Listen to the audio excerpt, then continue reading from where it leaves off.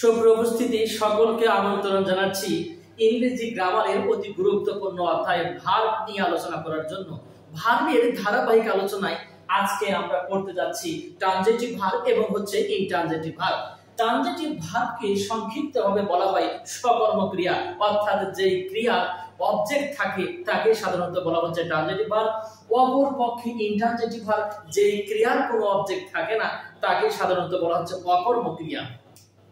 একটা সেন্টেন্স আমরা লক্ষ্য করি, আই ইট রাইস, আমি ভাত খাই। এখানে রাইসটাকে অবজেক্ট বলে আখ্যায়িত করা হচ্ছে, কারণ অবজেক্টটা বের করার একটা সিস্টেম হলো ভার্বকে কি বা কাকে দ্বারা প্রশ্ন করলে যে উত্তরটা আসে সেটা সাধারণত অবজেক্ট। আমি ভাত খাই, আমি কি খাই, এখানে কি দিয়ে প্রশ্ন করে উত্তর পাওয়া যাচ্ছে। সুতরাং এই ইটটাকে বলে থাকি আমরা ট্রানজিটিভ ভার্ব, কারণ ইটের একটা অবজেক্ট আছে। অপর পক্ষে আরেকটা সেন্টেন্স আপনারা দেখেন, birds fly in the sky, পাখি আকাশে উড়ে। এখানে ফ্লাইটাকে কিন্তু আসলে এমন একটা ভার্ব, এই ভার্বটাকে হু অথবা হট অথবা হোম দ্বারা প্রশ্ন করি, ইন দ্য স্কাই উত্তরটা আসে না। তার মানে ইন দ্য স্কাই এখানে অবজেক্টটা নাই, অর্থাৎ এই ভার্বটার অবজেক্ট নাই। সুতরাং এই ফ্লাইটাকে বলে থাকি আমরা ইনট্রানজিটিভ ভার্ব। দ্বিতীয়ত, শি রিডস এ বুক, সে একটা বই পড়ে। আমরা রিডস এ কি দিয়ে হট দিয়ে যদি আমরা প্রশ্ন করি তাহলে অবজেক্ট কিন্তু এ বুকটা আসতেছে, অর্থাৎ এই বাক্যটার অবজেক্ট আছে। সুতরাং এটা হলো একটা ট্রানজিটিভ ভার্ব।